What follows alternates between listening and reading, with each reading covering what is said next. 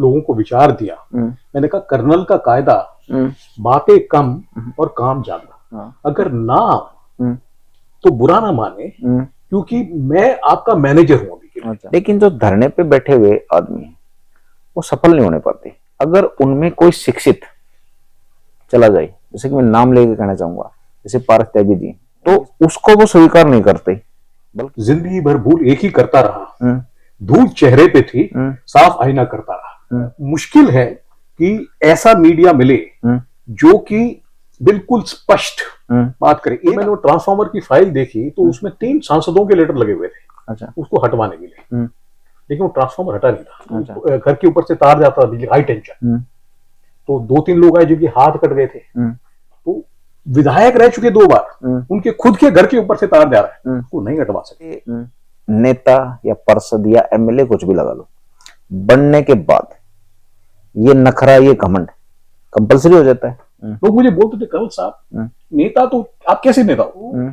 जो चीजें ज्यादा चमक दिखाती हैं वो असल में उतनी लाभदायक नहीं होती। छावला गांव फैसला करता है कि हमारे इलाके का पार्षद कौन बनेगा। नमस्कार, मैं रविंद्र डबास। हमारे साथ एक्स एमएलए जी हैं, महिपालपुर बिजवासन, यहाँ से एमएलए बने थे ये, देवेंद्र सहरावत जी। कर्नल हैं, एक्स आर्मी मैन हैं। तो एक आम नागरिक से आर्मी और देश की सेवा, और उसके बाद देश की सेवा दूसरे तरीके से, राजनीति तरीके से, इनके सफर के बारे में जानते हैं। उसमें कुछ एक्सपीरियंस ये साझा करेंगे जिससे शायद आपको और हमको भी कुछ मदद और कुछ जानकारियां मिल जाएं। नमस्कार जी। नमस्कार। तो सहरावत जी, आप एक आम आदमी से आर्मी मैन और उसके बाद राजनीति में गए, एमएलए रहे, अपना कार्यकाल पूरा किया। हम राजनीति पे ही फोकस करेंगे। कुछ ऐसी चीजें होती हैं कि बाहर बैठे हुए आम आदमियों को उन बातों का पता नहीं चलता, उन एक्सपीरियंस का नहीं पता चलता जो राजनीति के आदमी को पता होता है। तो आप हमसे वो एक्सपीरियंस ही साझा कीजिए। उसमें कोई सवाल नहीं है हमारा। आपको क्या नई नई बातें पता चली जब आप एमएलए बने? विधायक बनने के बाद मैंने जो है, जो परंपरा होती है विधायक की, उसका मैंने आंकलन किया। सोचा भाई विधायक बनते हैं, ठीक है, मेरे से पहले भी विधायक थे, सबने अपने काम किए, तो जो है उन्होंने कितने काम किए, कितने नहीं किए, मेरे हिसाब से वो कैसे बढ़ सकते हैं। अच्छा। मैं उसको कैसे बढ़ा सकता हूं। तो मैंने सोचा कि जो है, मैंने अपना जो लोगों को विचार दिया, मैंने कहा कर्नल का कायदा बातें कम और काम ज्यादा।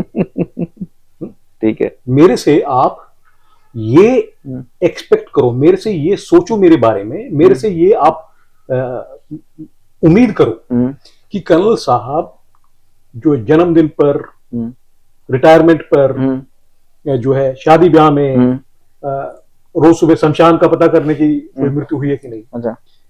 इन सब में ये सामाजिक है, आने की कोशिश करूंगा। अगर ना तो बुरा ना माने, क्योंकि मैं आपका मैनेजर हूं अभी के लिए। अच्छा, ठीक है। मैं आपका मैनेजर हूं। मेरा काम है आपकी सारी समस्याएं निकालना, उनके प्रोजेक्ट बनाना, उनके नक्शे बनाना, पूरा फाइल बना के अधिकारियों के पास ले जाना और उसको करवाना। अच्छा। क्योंकि जो है कुर्ता पजामा पहन के और अधिकारी के साथ बैठ जाए, उसको बोले कि भाई साहब इसको करवाओ, तो उसको पता है इसको तो कक नहीं मालूम ये, तो वो उसकी जो है रहमत पर आप हैं कि वो करे ना करे। अच्छा।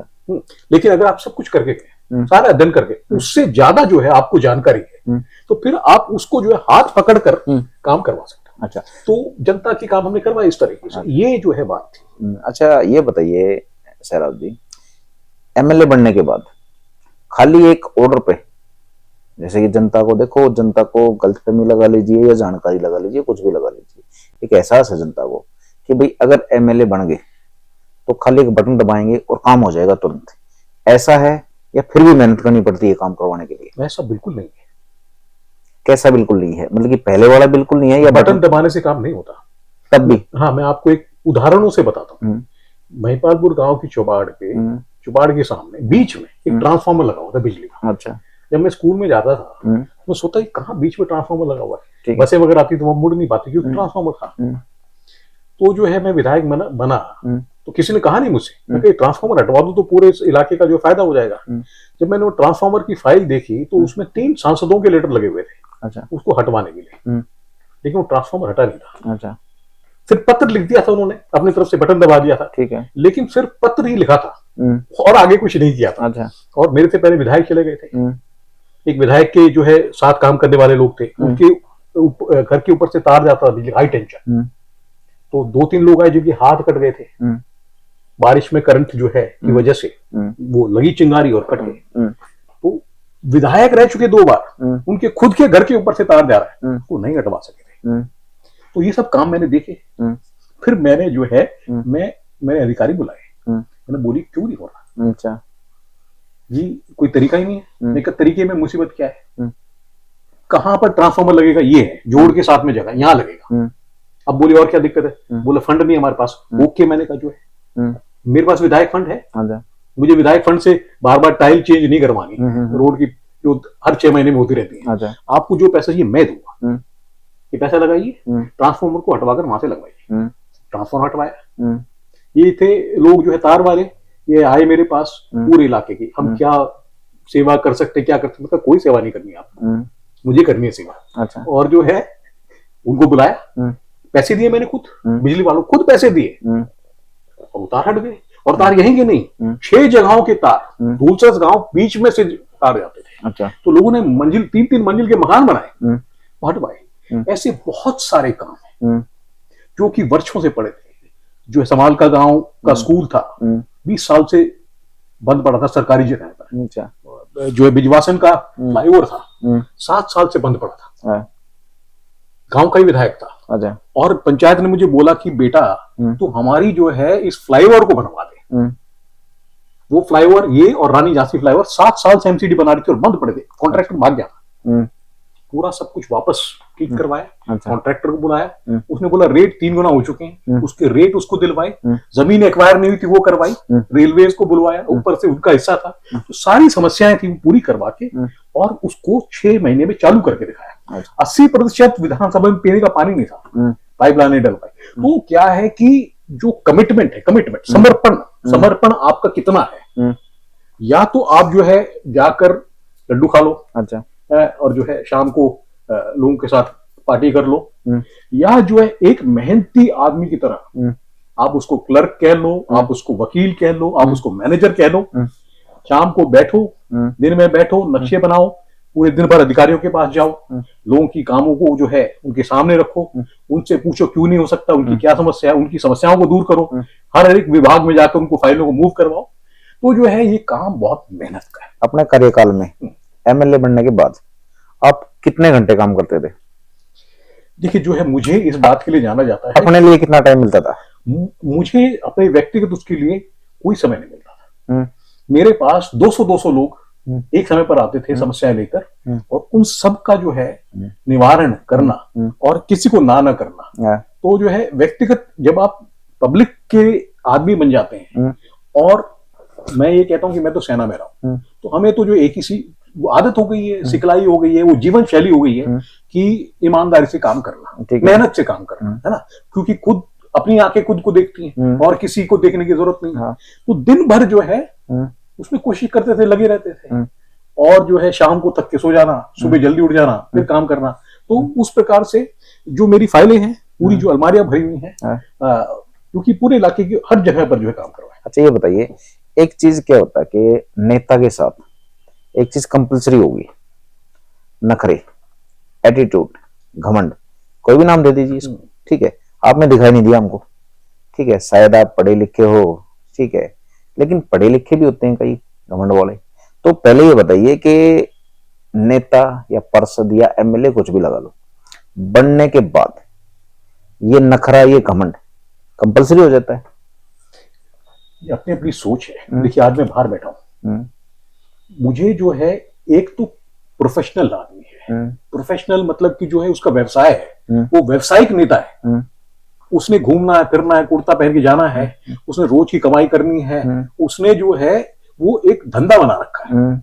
एक आदमी जो है सच्चाई से, ईमानदारी से काम करना चाहता है। अगर नहीं बने विधायक तो कोई बड़ी बात नहीं, अगर बन गए तो जो है अच्छा है जनता की सेवा करने का। तो मेरे पास जब लोग आते थे तो मैं उसी समय फोन उठाकर तभी के तभी फोन करके और उसी समय उसको खत्म कर दूंगा कि बाद में याद रहे, भूलोगे, डायरी में से पढ़ोगे, उसको करवाओ। ये सबसे मैनेजमेंट का बेस्ट तरीका है। लोग मुझे बोलते थे कंवल साहब नेता तो आप कैसे नेता हो? तो जो है कि नेता तो 3 बार बुलाते हैं, उसके बाद हाँ ना करते हैं, फिर अलग इंक से लिखते हैं, कुछ करवाते कुछ नहीं करवाते हैं, इस तरह की बातें करते हैं। मैंने कहा भाई देखो अपन तो जो है सिंपल आदमी, हमें तो जो है अगर कोई आता है, कोई भी आता है, मैं यहाँ बैठा हूँ काम करवाने और मेरी लाइफ सिंपल हो जाती है, मेरा जीवन आसान हो जाता है अगर मैं तभी के तभी उसको हल कर दूं। अच्छा ये बताइए, जो भी राजनीति में आता है, पार्षद बना, एमएलए, सांसद, कुछ भी लगा लीजिए, मंत्री, गृह मंत्री, फलाना दिन का, अगर उनके लिए आपकी आर्मी ट्रेनिंग कंपलसरी कर दी जाए तो क्या राजनीति में सुधार हो सकता है? मैं शारीरिक तौर पे नहीं कह रहा, मैं मानसिक तौर पे भी कह रहा हूं। बिल्कुल, देखिए इजराइल है, आज इजराइल में युद्ध चल रहा है, तो इजराइल में हर नागरिक को सेना की जो है ट्रेनिंग दी जाती है, चाहे राजनीति हो चाहे किसी में भी हो। अभी जब उनके युद्ध हुआ तो उनके एक पुराने प्रधानमंत्री ने अपने आप को सेना में वापस भर्ती करवाया और वो युद्ध के लिए चले गए। तो हमारे जो फॉरेन सर्विस आईएफएस वाले लोग हैं उनको 20 दिन सेना के इलाके में भेजा जाता है ताकि वो जो है दूर दराज इलाकों के बारे में समझ सके। तो देश में जो भी आदमी सामाजिक कार्य में, सामाजिक सेवा में आना चाहता है, उसके लिए 3-4 साल सेना में जो है नौकरी करना, सेवा करना अनिवार्य होना चाहिए। नहीं तो लोग कुर्ते बनवा लेते लंबी लंबी जेब का है और जो है चोरों में ही इस उम्मीद से चलते कि जेब भरनी है। राजनीतिक जितने भी हैं, छोटे बड़े जितने भी नेता, चाहे उनकी कोई पोस्ट हो या ना हो, टैग मिल गया होगा सीनियर कार्यकर्ता, उनमें भी क्या है कि कर्नल साहब घमंड बहुत हो जाता है, बदतमीजी बहुत हो जाती है। ठीक है, वो अपने आप को बाहुबली मानने लग जाते हैं। अगर पढ़ा लिखा इंसान इन बातों को सोचे तो उसको बड़ा दुख होता है। कहते हैं समझदार आदमी को दुख बहुत ज्यादा होता है, गलत तो नहीं करें। अच्छा ये बताइए कि इतनी बात है, दिखती हुई बात है, लेकिन हमारी जो जनता है पढ़े लिखे कैंडिडेट को ना तो बार बार स्वीकार करती, और ज्यादातर जितने भी कैंडिडेट हमारी पब्लिक चुनती है वो इतने पढ़े लिखे नहीं होते, उनकी संख्या बहुत कम होती है पढ़े लिखों की। तो शिक्षा को जो पब्लिक नजरअंदाज करती है राजनीति में, इसका क्या कारण समझते हो? पब्लिक में जागरूकता की कमी? आप सही कह रहे हैं। देखिए ये प्रकृति है, यहाँ पर जो ज्यादा चमकीली चीजें होती है, चमकीले जंगल में बेर से होते हैं जो, वो बहुत चमकीले होते हैं, उनको खाओ जहरीले होते हैं। तो जो चीजें ज्यादा चमक दमक दिखाती हैं वो असल में उतनी लाभदायक नहीं होती। करेला है, नीम है, कड़वी चीजें हैं लेकिन सेहत के लिए बढ़िया है। तो जो ऐसे ही जो व्यक्ति आपसे साधारण बात करता है, बड़ी बड़ी जो है डींगे नहीं मारता है, आपको सम्मान से बात करता है, आपको जी से बात करता है, उसको संस्कार है, अगर आदर संस्कार है, सुन रहा है, वो भी सुना सकता है। अच्छा। सुना वो भी सकता है, उसको भी पता है, लेकिन वो चुप है और वो आपकी बात को गंभीरता से सुनकर और आप जो भी बोल रहे हैं उसको लेकर बाकी चीज को पीकर काम कर रहा है। तो उसको समझना चाहिए, जनता को ये समझना चाहिए कि काम जो है प्लम्बर का है, प्लम्बर जो कि आपके नल ठीक करवाए, आपकी नाली ठीक करवाए, और आप ढूंढ रहे हो डीएलएफ जो बड़ी कॉलोनी बना सके है, तो जो है व्यक्ति को देखो, सिंबल मत देखो। अच्छा सर, अभी क्या है कि अभी मैं थोड़े अपने एरिया में आ जाता हूँ। हाँ जी, हम बैठे हैं अभी महिपालपुर में, हम थोड़ा सा बाहर के एरिया में चलते हैं। बाजितपुर, बवाना, कुतुबगढ़, ये कई गांव हैं, ओचंदी गांव, कंजावला गांव, ये लगातार धरने पे बैठे रहते हैं। मदनपुर, रानीखेड़ा, तो ये धरने पे बैठे रहते हैं और इनमें ज्यादातर किसान परिवार हैं शामिल। लेकिन जो धरने पे बैठे हुए आदमी हैं वो सफल नहीं होने पाते। अगर उनमें कोई शिक्षित चला जाए, जैसे कि मैं नाम लेके कहना चाहूंगा, जैसे पारस त्यागी जी, उनकी संस्था से हम जुड़े हुए हैं, तो अगर उनका कोई संदेश या वो खुद चले जाएं या कोई भी शिक्षित वहां पे शिक्षा की बात करने लग जाए तो उसको वो स्वीकार नहीं करते, बल्कि कोई बेतुकी बात, बेखामखा की बात, सिर्फ राजनीति की ऊंची ऊंची डींगे मारने लग जाए, उसको वो धरने वाले तुरंत एक्सेप्ट कर लेते हैं और बाद में वही उनका धरना बिगाड़ देते हैं। तो जब उनको समस्या है और ये पता है कि हमारी समस्या ये बिगाड़ेंगे और ये नहीं, शिक्षा को महत्व ना देना धरने वालों के लिए कहां तक तो ठीक है, ये बताइए। और दूसरा सवाल ये है कि वो शिक्षा को महत्व क्यों नहीं देते, क्या कारण है? जो धरना करते हैं, धरना करने से पहले एक तो सबको एकजुट होना, इसमें कहते हैं कि जागरण, ठीक है, सबका जो है पूरी सबको जो है उसके बारे में अवगत करवाना कि समस्या क्या है, उससे सब प्रभावित हैं, सब उसमें सम्मिलित हों और उसके बाद मिलकर जो है फैसला लिया जाए, एक समिति बने जिसमें ईमानदार लोग हों और जो है व्यक्तिगत लाभ, राजनीतिक लाभ उठाने की कोशिश ना करें, तभी होगा। और जनप्रतिनिधि पर दबाव डालें, वो आकर उस चीज को हल करवाएं। मैं एक छोटा सा उदाहरण देता हूं। अब गांव में ही गांव है छावला गांव, छावला गांव फैसला करता है कि हमारे इलाके का पार्षद कौन बनेगा। अच्छा, उसको जो है वो गांव में से मनोनीत करते हैं। अच्छा, उसके बाद उसको खर्चे के लिए पैसा देते हैं और वो जो है अपनी मर्जी का पार्षद बनाते हैं। अच्छा, हाँ, छावला गांव में सभी गांवों को अपने आदमी भेजने चाहिए, वहां पर बैठवाना चाहिए, वहां पर समय बात करके आना चाहिए और देखना चाहिए कि छावला गांव की जो है, जो लोगों में, पंचायत में क्या बड़ी बात है, ताकि वो सारे एकजुट होकर वो पार्टियों को अपने तरीके से काम करवाते हैं, ना कि पार्टी के तरीके से काम करें। ये बहुत सही बात बताई। इस बात का तो हमको भी नहीं पता था कि छावला गांव में ऐसा कुछ इतिहास रचा जा रहा है। ये आपने सही बात बताई। अच्छा, ये बताइए, पब्लिक जानती सब कुछ है, लेकिन जब मैं राजनीति की ही बात करूंगा, जब राजनीति का कोई आदमी सामने आके खड़ा हो जाता है, पद चाहे उसका कुछ भी हो, ऑटोमेटिक ये तो डरने लग जाती है, मुझे डर बैठ जाता है उसको, बैठा पड़ा है, उसके सामने जुबान नहीं खोलने पाते। हक की जो बात होती है, अब आपकी तो आर्मी की ट्रेनिंग है, हमारी पब्लिक ने ट्रेनिंग करा रखी है, हम तो पूछ लेते हैं, लेकिन आम पब्लिक वो जो उनके सवाल हैं वो पूछने की हिम्मत नहीं कर पाती, उसमें आगे कैसे बढ़े?